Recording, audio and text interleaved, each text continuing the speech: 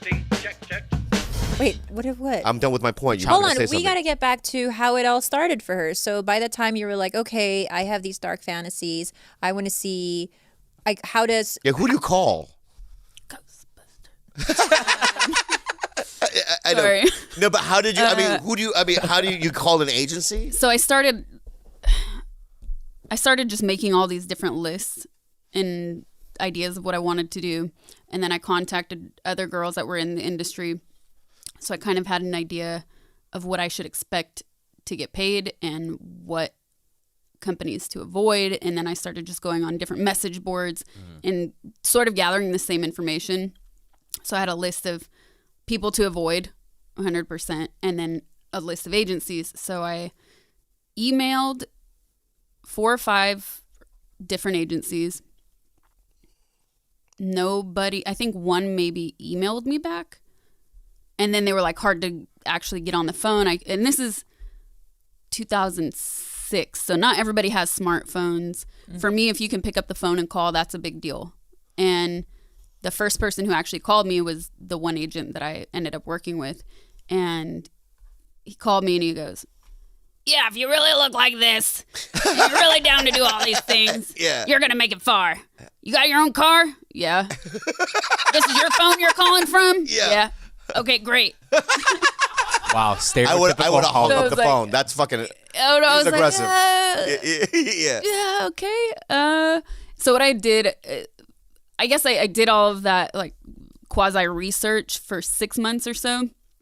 And then I ended up driving down to LA for a week to look for an apartment. And then in that time I was hoping, in this week I'll find an agent. How hard is it? And during that week, nobody called me, only the one email. And actually on my way home back to Sacramento, I was driving home. That's when I got that phone call. So I was like, well, I'll be back in a week. I'm actually moving here. Wow. Now, do you remember the first scene you did? Yeah. Were you nervous? I was, and it was that hurry up and wait feeling of being on a set, right? So it was also an orgy. Oh, whoa.